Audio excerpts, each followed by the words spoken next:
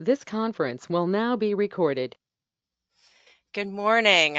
Welcome to the February monthly partnership meeting of the Southeast and Caribbean Disaster Resilience Partnership, or SCDRP for short. My name is Heather McCarthy. I have the honor and pleasure of serving as the Executive Director of SCDRP. I am joining you today from sunny Jacksonville, Florida. Here's our agenda for today. Last month, it was my pleasure to introduce the results of this year's SCDRP Advisory Board election, and now it is my pleasure to introduce the SCDRP Advisory Board officers for 2025. Next, an invitation to join a committee this year. And then I will introduce today's super speaker, Dr. Michelle Covi from the University of Georgia Sea Grant. We will learn about initiatives that the Department of Defense has undertaken in the areas of installation resilience, mission assurance, and working with the community to bolster national security at DoD installations and ranges in the southeastern United States. Next, I'll give you a quick recap of the SCDRP 9th annual meeting in Wilmington, North Carolina. And lastly, we will wrap up with partner sharing time. So please be ready to share your announcements from around the region. On behalf of SCDRP, I am delighted to congratulate our new 2025 Advisory Board officers. First, congratulations to our new chair, Patrick Howell. Patrick is the Program Manager of Community Resilience at IBTS, the Institute for Building Technology and Safety. Patrick was reelected to serve in one of our nonprofit organization seats, and we are so excited to have him volunteer to step up into this leadership role as our new advisory board chair. Patrick, thank you for your service to SCDRP. Second, congratulations to Kate Morano. Kate, you can wave. Kate is the Resilience Planning Director of the Coastal Equity and Resilience, or SEER Hub, at Georgia Tech Savannah campus. Kate served on the executive committee last year as the at-large representative, and now this year, for 2025, she rises to the vice chair officer position. So thank you so much for continuing your service to SCDRP, Kate. And on behalf of SCDRP, a big thank you to Dr. Dwayne DeFries. Dwayne is the Executive Director of the Indian River Lagoon Council, and Dwayne has supported SCDRP in numerous roles for many years, and he continues his service in the Florida seat on the SCDRP Advisory Board. So Dwayne served as our chair last year, and he returns to us this year to continue his service in 2025 as the third officer on the executive committee in the past chair seat. So a very warm congratulations to all of our new 2025 officers. Next, a member opportunity. We have 3 working committees that are led by board members, and they are open to all SCDRP individual and group members. Committees are a great way to really get to know other SCDRP members and to participate in lively discussions and collaborative efforts. And dare I say, we actually have fun. So the 2025 SCDRP committees are now forming. So let's take a closer look at the 3 committees that are currently being populated. So first, the Governance Committee. The Governance Committee is responsible for further developing rules, policies, procedures, and elections. So please let us know if you would like to join the Governance Committee, particularly if you have experience in nonprofit governance. Partnership Committee connects SCDRP to other organizations, develops joint efforts and initiatives between partners, works on the mentorship program, and helps identify our monthly speakers. If you would like to help the partnership diversify representation across professional sectors, types of work, or geography, please join the Partnership Committee and help us expand our membership and our member offerings to better meet our mission. Our last formal committee that is open to all members is the Development Committee. The Development Committee solicits and generates financial resources to sustain and grow SCDRP services. So, if you have an interest in how SCDRP receives and sustains funding into the future, please join the Development Committee. So, what can you expect if you join a SCDRP committee? Well, we hope for a 1 year commitment from you. During 2025, committees will meet virtually for 1 hour every other month for a total of 6 meetings this year. Occasionally, committee members might review documents or engage in email discussions. So, if you share a sense of urgency to better prepare our communities for the hazards that lie ahead and to help them recover more quickly and equitably after disasters strike, then here is your opportunity to become more involved in SCDRP. I encourage you to join a committee this year. Working within a committee is a wonderful way to build relationships with other SCDRP members. And between our annual meetings, committees are the main way that we keep moving towards our mission and turning our plans into action. So please email us at scdrp@socorro.org to sign up for one of these committees. Sign up deadline is tomorrow, February 28th. So please join today. And now, it is my absolute pleasure to introduce today's super speaker, Dr. Michelle Covi. Dr. Covi is joining us from Athens, Georgia. You may note that we had previously advertised Mr. Arnie Olson, the Deputy Public Works Officer at Naval Station Mayport, that he would be co-presenting today. However, we received word this morning that Mr. Olson will not be able to join us today.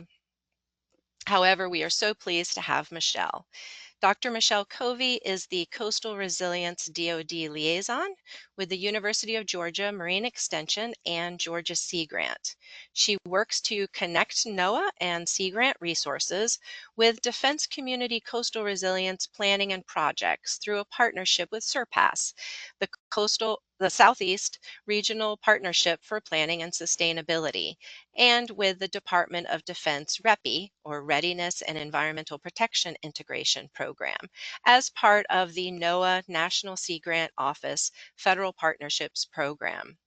Dr. Covi leads the SURPASS Coastal Resilience and Regional Adaptation Work Group, and she dedicates her skills to promoting resilience solutions for installations, communities, and ecosystems through collaborations across the 6-state Southeast region, North Carolina to Mississippi. She is also the incoming chair for the Partnership Council of the South Atlantic Salt Marsh Initiative, an effort that emerged from a collaboration between SURPASS and Pew Charitable Trust that aims to conserve and restore more than 1 million acres of salt marsh from North Carolina to Florida. Dr. Covi is an affiliate with the University of Georgia Institute for Resilient Infrastructure Systems. She has a PhD in Coastal Resources Management from East Carolina University and a master's degree in zoology or marine science from the University of Georgia. A warm welcome to you, Michelle. So it is Thanks so much, Heather. absolutely a pleasure to have you today. I will now make you a presenter so that you can share your slides.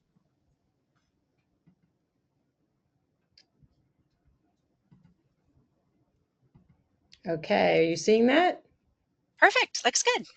Okay, great. I'm so happy to be here today and see so many friends here today. I've been involved with SCDRP for a number of years, and although I was not able to make it to Wilmington this year, some folks may remember me from the meetings in 2024 in Savannah and also in 2023 in Miami. And so it's just a real honor. So thank you so much for inviting me. And I'm also very sorry that Arnie was not able to make it today. He is an outstanding public servant working with the Navy, doing a lot of great projects. and it's it's very, very busy right now. As many of you know, we're in a time of a lot of uncertainty in terms of federal budgets and federal authorities, and so we're kind of reflecting some of that through DoD as well. Many of my partners are in a pause in outreach right now. So what I'm going to do today is primarily reflect back on some of the things that have been happening over the last few years. I started in this position in 2021, in fall of 2021, and have seen a lot of advancements in the initiatives. And so, in honor of Naval Station Mayport, there's a picture there of part of a tour group, part of a meeting that Surpass, my main regional partner, did at Naval Station Mayport. It was such a pleasure to be there and see not only the important mission that installation is doing, but also how they are preparing for the extreme weather situations, some of the environmental effects that are happening now at that installation. Let's see, how do I advance my slides? Let's try that. Okay, there you go. And so this is the reason why, and I understand that Holly Schmidt at the annual meeting talked about Tyndall, and this is really one of the key reason that DoD is so concerned. In 2018, Hurricane Matthew devastated Tyndall Air Force Base, in Panama City, and really was an opportunity to reflect. And they did think about, is this something that we really want to build back? And given the very important mission at Tyndall Air Force Base and the unique opportunity to use that airspace over the Gulf, they really thought about, like, when we build back, we want to build back different. We want to build back an installation of the future, and I'm sure Holly talked about this, and that also is associated with several coastal resilience projects as well that the Nature Conservancy is leading. So we've been more involved on that side of it.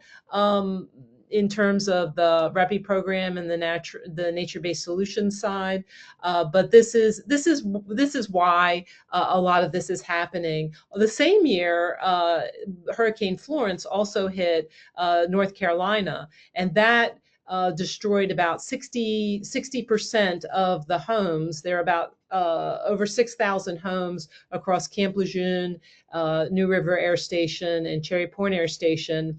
That sort of the Marine Corps complex in that area. It destroyed damaged 388 buildings. It was a $1 billion disaster for Camp Lejeune, and that was all within 1 year. So, and those have continued. I mean, just this last year, Hurricane Helene impacted MacDill Air Force Base in Tampa, Moody Air Force Base near Valdosta, Fort Eisenhower in Augusta, and Fort Stewart near Savannah. So all of these storms are having a big impact on the installations. And I want to kind of highlight some of the work that the Navy and Marine Corps have been doing in this area, and point you to this resource, particularly for those folks that are looking at nature-based solutions as some of the ways that communities and installations, in this case, but their communities around them are not separated. We really need to work across the fences to secure those missions. And so these are some of the highlighted efforts that occurred in the last couple of years, really looking at designing nature-based solutions around military installations. I'll drop into the chat some links for these when I'm finished. But this is a great resource if you're interested in looking at some of the activities that have been occurring over the last few years in planning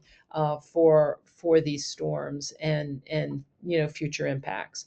Was that a question or no? Okay. I think that went pretty fast. Okay. So the two programs that I work with that focus on off installation resilience projects. So the work that I focus on is the community resiliency. Now, as I said, between the fences, these storms don't recognize these fences, so things that they has to be coordinated with what goes on in the installation, but the ways in which those things are funded and conducted, whether it's on the installation or in the community, is a little bit different. And the programs that I work with focus on the community side.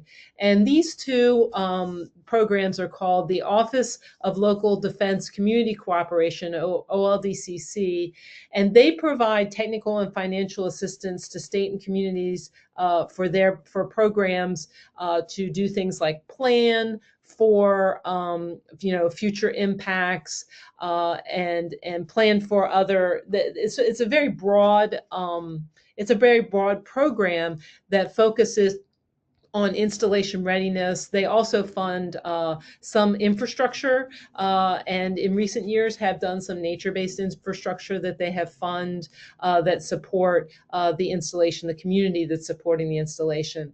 And if you were at the Miami meeting in 2023, you might have remembered us talking about the South Florida Military Installation Resilience Review, which was completed in 2024. So you can find that on the South Florida Regional Planning Commission's website and read about all of those activities and the priority programs that they have established to protect the communities in the installations as well. One of the first military installation resilience reviews that was completed was actually in the Low Country, South Carolina. And we've been looking at them as kind of the leaders in the forefront. That focused on Beaufort Marine Corps Air Station and the Marine Corps Recruit Depot, Parris Island, which is kind of right out there, in the tidal area on the coast, and very vulnerable to effects of storms and also flooding as well. And that we've been following that. They're actually on sort of their second iteration of their military installation resilience review and actually completing the design of some of the projects that were raised in this first completed project. This project was completed in 2023, and now they're completing their second design. The other program that I work very closely with is the Readiness and Environmental Protection Integration Program. And that program is a natural resource-based program. So it was established in 2022 as part of the fiscal year, it was established in 2002. I don't think that was clear, as part of the 2003 National Defense Authorization Act. And they preserve missions by supporting cost-sharing agreements between military services, other federal agencies, state and local governments, and nonprofit organizations. They're focused on avoiding land use conflicts near installations, addressing environmental restrictions that limit military activities, and they also have, since 2019, also focused on increasing military installation resilience. It's a big program. They've leveraged over $1.5 billion, but they're very proud to have matched that with partner contributions. So it's almost a one-to-one. They've protected 1.3 million acres of land, which has helped with the encroaching development around installations and preserved the training and testing abilities in over 140 locations in 40 states. So you can see this is a big program that works across the country. And one of the unique aspects of REPI is the REPI funds can be used as a non-federal match for programs such as FEMA BRIC program. So if you have an interest in that, or an area where a community is looking at a FEMA BRIC program, having questions about the match, but there's an installation that might be protected at the same time, reach out, and I'd love to connect you with the REPI program on that, because they're looking for those opportunities. So Heather mentioned I work very closely with SURPASS. SURPASS is a six-state partnership that protects the Southeast. As you know, the Southeast is home to a large military presence that contributes to national security through both land, sea, and airspace that's needed for realistic training and testing.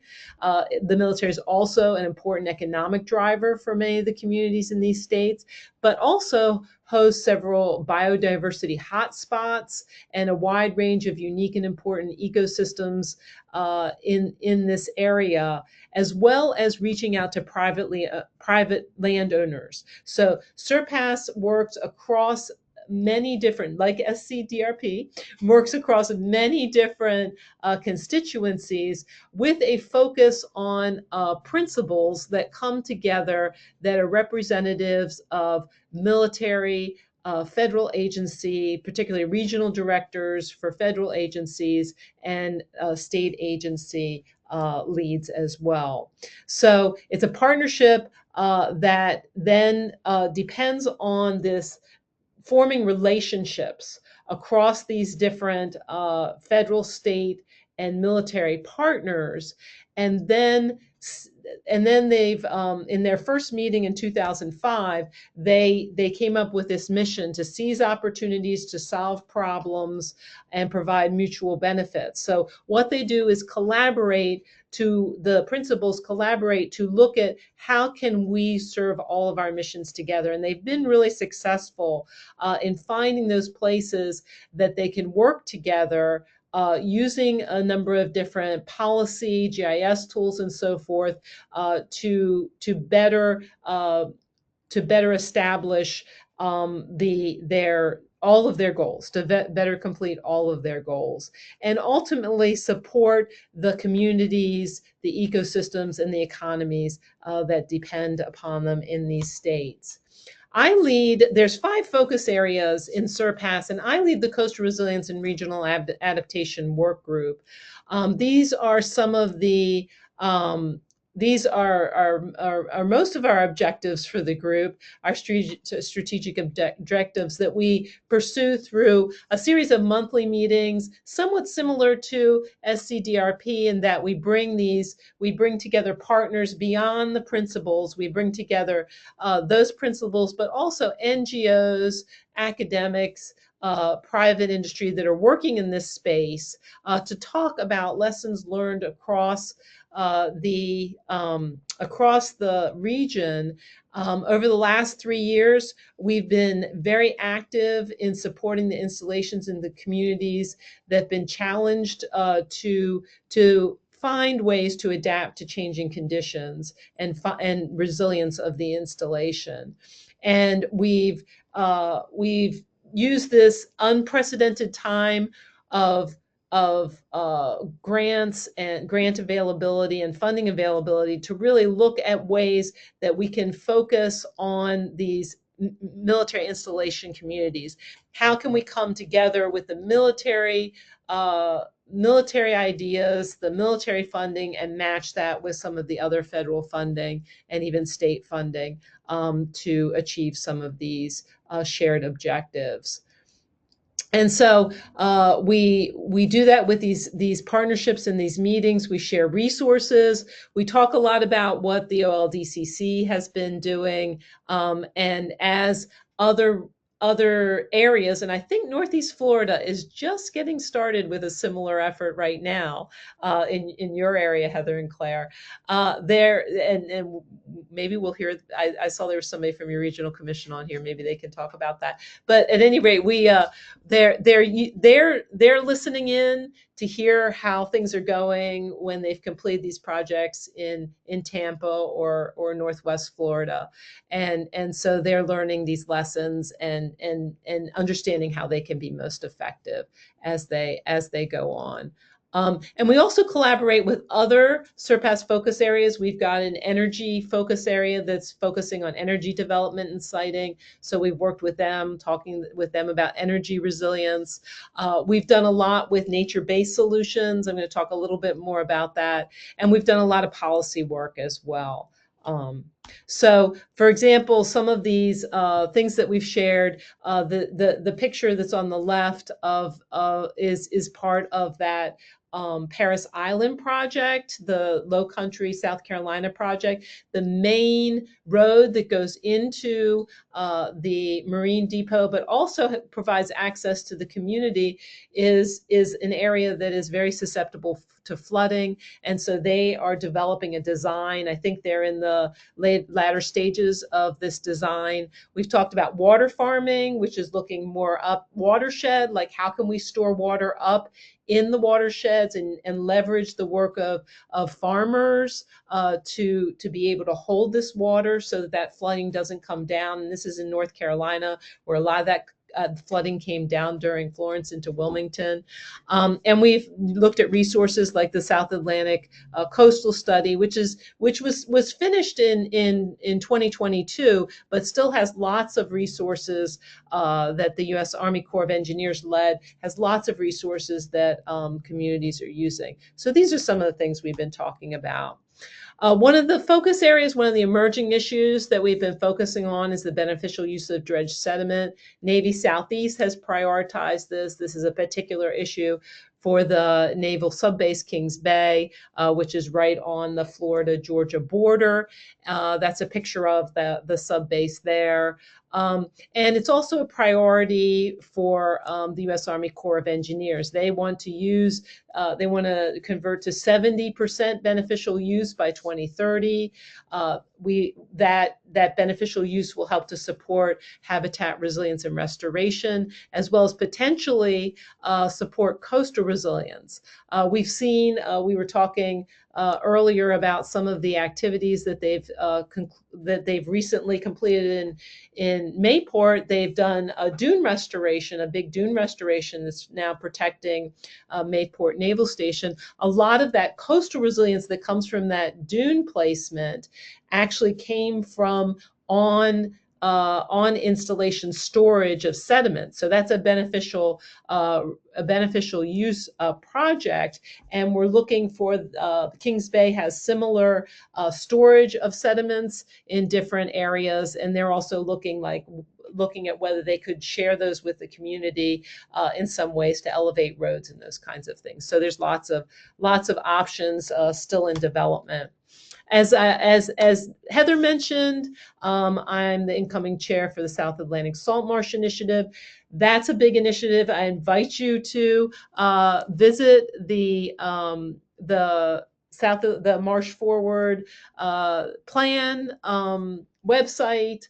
That might be a whole topic for another time for SCDRP, but I did want to highlight it and mention it's a goal and does have a lot of impact on the resilience of our communities along the coast. So just a big shout out for the Salt Marsh Initiative. So this is my last slide.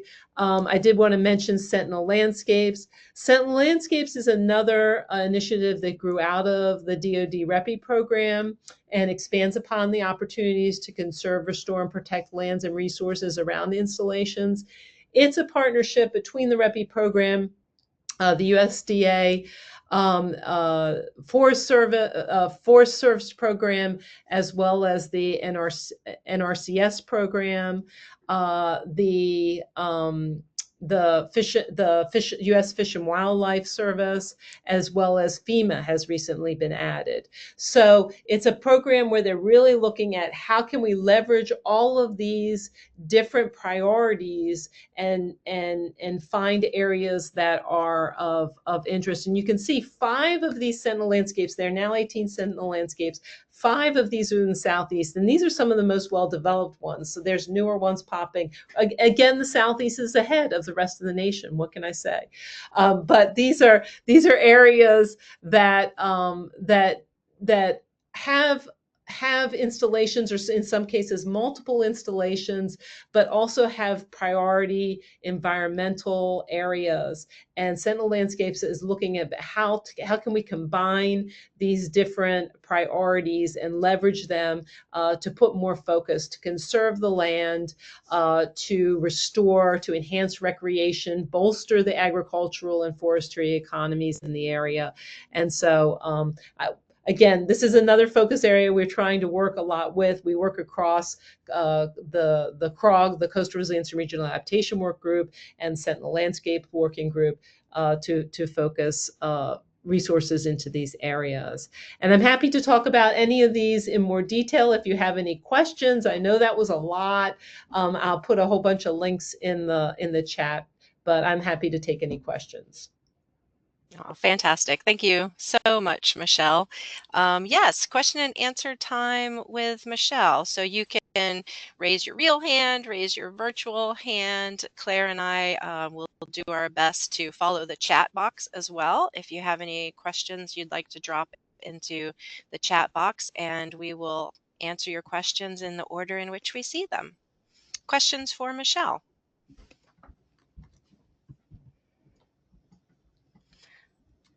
Kamiko, I see you first.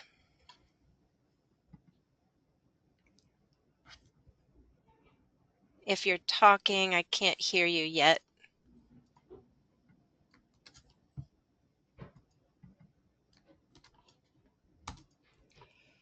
I'm trying to unmute you.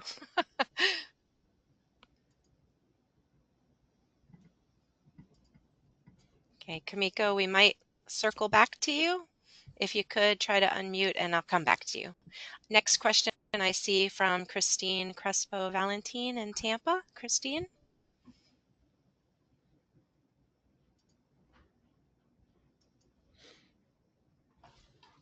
And Christine, you're muted too.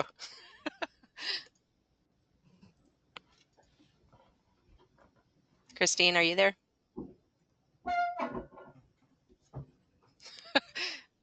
Oh, Christine. I see you bouncing between. Now you're muted again. One more time.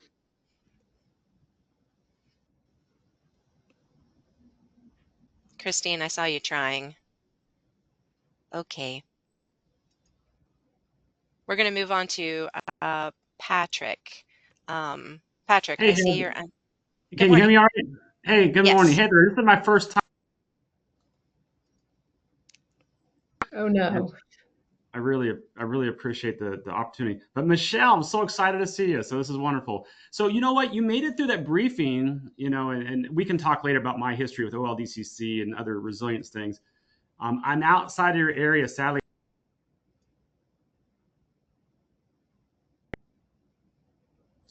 Things here, but I'm definitely gonna be excited about it. But you know what? You got through that briefing, Michelle, without talking about climate change and some of the key words is really making this administration and the folks that are working there have a tough time. And I've been involved in installation climate resilience plans, which we're probably going to now start calling installation resilience plans. But do you have any comment on any of some of the changes in language? Because the deal is there's resilience is still needed and it's still going to be there, and that's kind of what you addressed. But do you want to comment a little bit about some of maybe the language? I know you really want to focus on what's past. There's just so much unknown, but I just want to give you a chance to talk about that.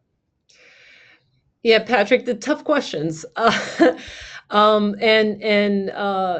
a time where a lot of our federal partners across the board are having difficulty in knowing what the route forward is. In general, the feeling that I have heard is this work will go on, and installation resilience is in the code. It's part of the law that installations must look at their vulnerabilities and maintain their sustainment. So this is part of what we're gonna have to do. And yes, I think that many of these programs are not trying to attract any undue attention right now, and some of that may include shifting, how we talk about things. But but this is critical work that has to continue on. So I think that fully answered your question, Patrick. It does, Michelle. I mean, we don't know what we don't know, but it is critical. I see some things in the chat about readiness. I mean, you're going to hear lethality. That's not a new term. It's been around, but what can we do? I mean, we had 10 inches of snow in Virginia Beach. They were clearing those runways. They were getting the ammunition if they needed to put on the planes. Point is these aircraft, these ships, they're ready to go even in the height of it, and that's readiness, like as was mentioned here. So, what can the community do to help? And we got plenty of stories to talk about. I appreciate you sharing with Michelle what you've been up to, the society and stuff. Thank you, Patrick. Thanks, Patrick. Good to see you. Yeah, good question. Christine, can I send you one more? Oh, you're there. I'm unmuted. Okay. I figured Gotcha. my Hi, issue Christine. out. Okay. Always struggling with technical issues, pop-up blockers and whatever. Anyway, thank you so much, Michelle, for the presentation. It's super interesting and fantastic to hear about all the work that you guys are doing. And my question is really relevant to which stakeholders initiate applying for these grants. It seems like there's kind of a range from state agencies to municipalities or local government organizations. So that's my first question. My second question is really relevant to the Caribbean and specifically Puerto Rico. If there are any differences, right, because that's a territory, if there are any differences between how these programs operate stateside versus in the territories. Great questions. So I talked about a lot of different funding programs, and it varies a little bit. So with the OLDCC program, that can either be initiated by an installation, they do a call for proposals to the installations, or that can be initiated by a community partner.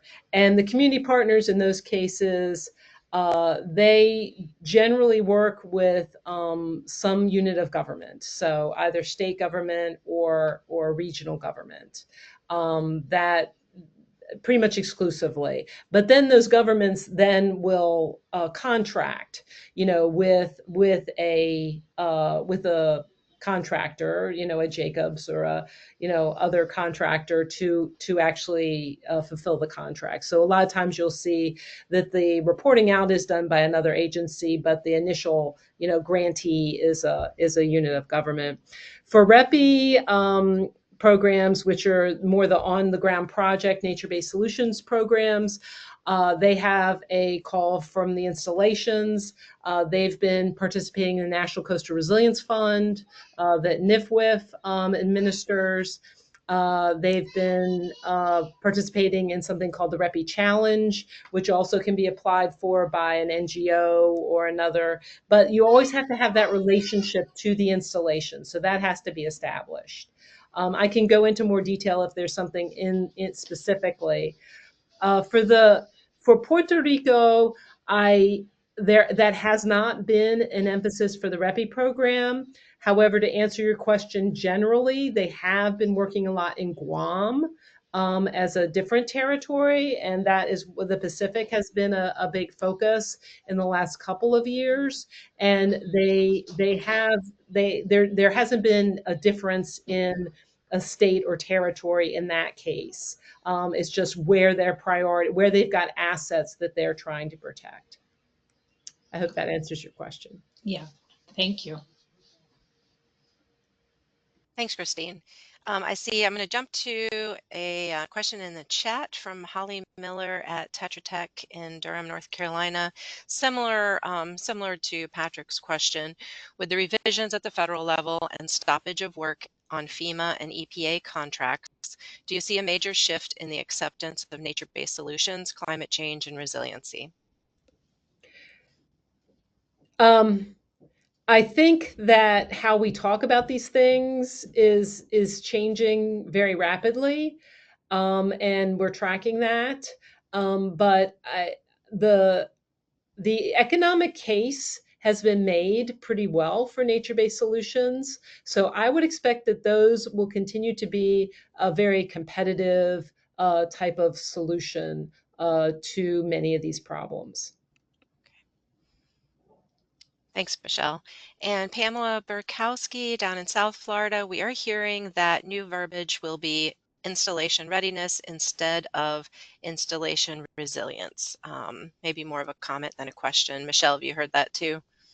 That name change has happened in the OLDCC program, yes. Okay. Okay. And Kamiko's still having trouble with microphone. Sorry about that. Her question was about the approach you use to map all the interrelationships and potential partners. Kamiko says, I have worked for EPA for 30 years in international, national, state, territorial, and Commonwealth arenas, and I see so much potential for collaboration and efficiencies. If this is something that the partnership committee works on, I would be excited to be involved with that. Great. And I'll make sure we get the connection made. Yeah. so I think her question to you, Michelle, was what approaches do you use to map all the interrelationships and potential partners? Interesting question. Yeah, yeah. I when she says map, I think of a GIS map, and we do have REPI has a mapping function. You can go to the REPI website and look at the REPI interactive map. That's how I made the map of the Sentinel Landscapes territory. So if that's what she's talking about in terms of GIS mapping, it sounds more like she's just using that analogy of mapping to talk about the interrelationships. I'm not sure I have an org chart to show all of that, but certainly would love to talk more about how we can find more efficiencies. I think we need to make that argument that these partnerships are essential to efficiencies in the and establishing priorities and making sure that we put the right projects and make the right investments in the right places.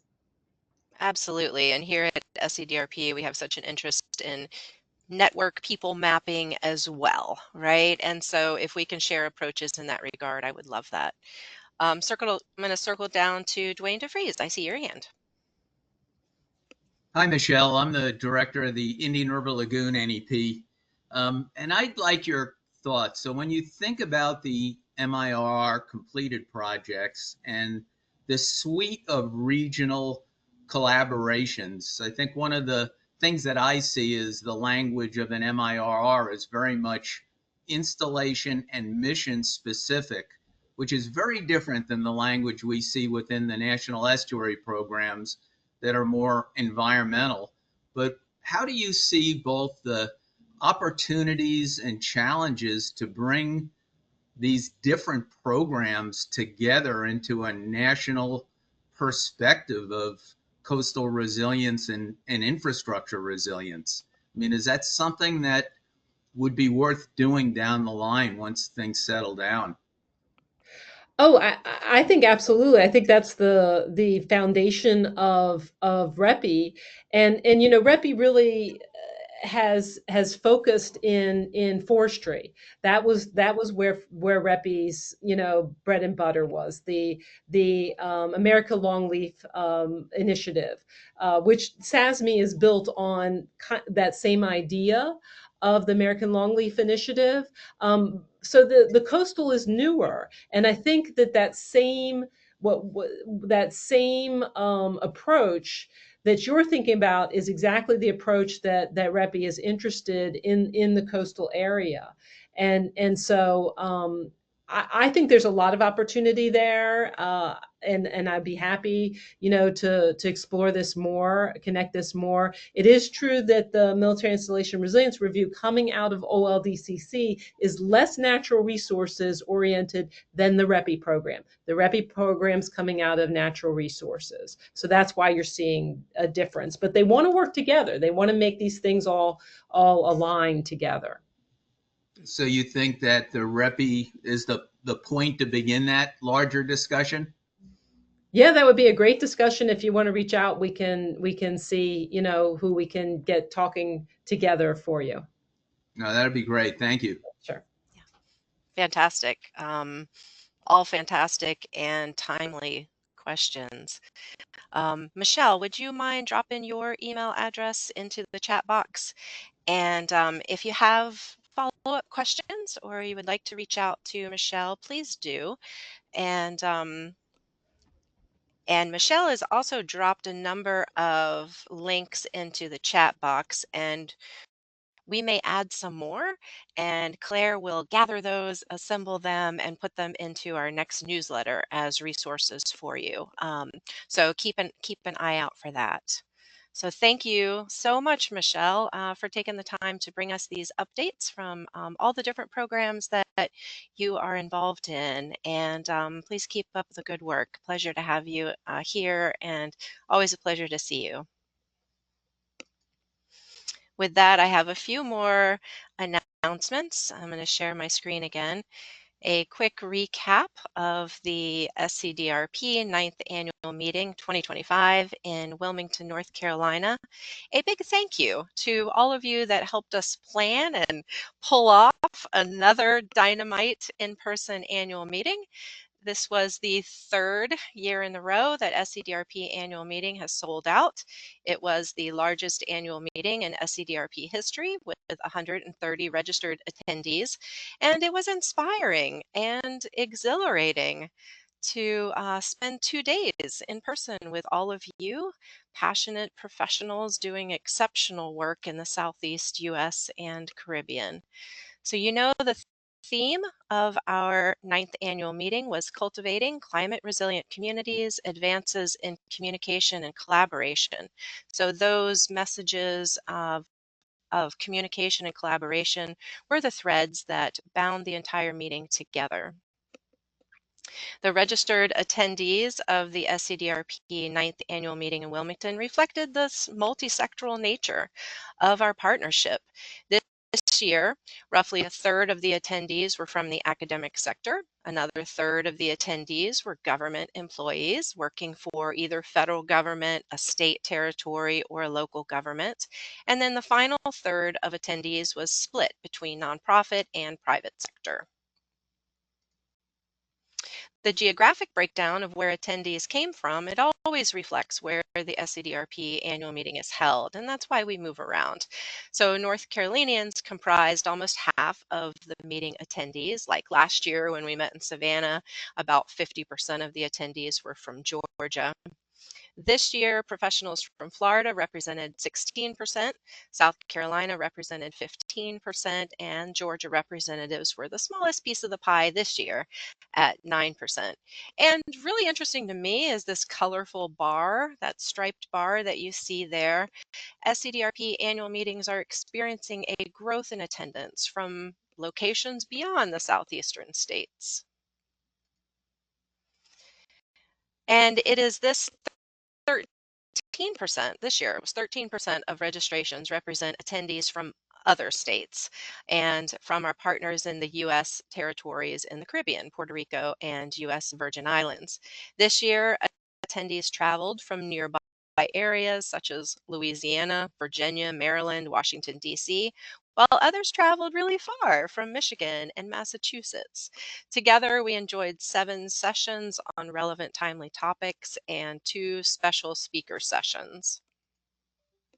So a big thank you to all of you that contributed to this event, from the steering committee to sponsors to attendees. Every time we convene like this, we are reminded that the challenges we face in our future are far too complex for any one group to tackle alone. And in this spirit, the 2025 annual meeting was marked by a high level of camaraderie. Messages of perseverance and partnership really shine through. Together in Wilmington, we collaboratively cultured relationships and grew innovative partnerships that cross boundaries and disciplines in our collective efforts to build our regional resilience capacity. Thank you all who were there. And now we have a few minutes for partner sharing time. What announcements would you like to bring to us today? I think we have And any announcements that you share here, I will also put in our newsletter, which will come out tomorrow. And that will be sent to our listserv of, we're up to a little over 620 people now. Awesome. Thanks, Claire.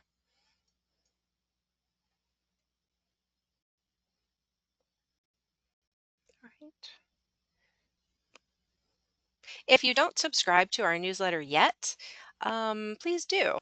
You can subscribe on our website. Our website is scdrp.socorro.org, and you can find information about contents of the newsletter. Claire has expanded it tremendously over the last few months, and we get a lot of positive feedback. Some of you tell us your newsletter, the SCDRP newsletter, is the one newsletter I actually read from top to bottom, and so we really appreciate that.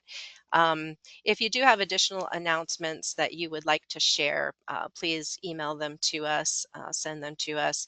Claire and I both can be reached at the same time by using the email address scdrp@socorro.org, and we will be happy to further share your announcements.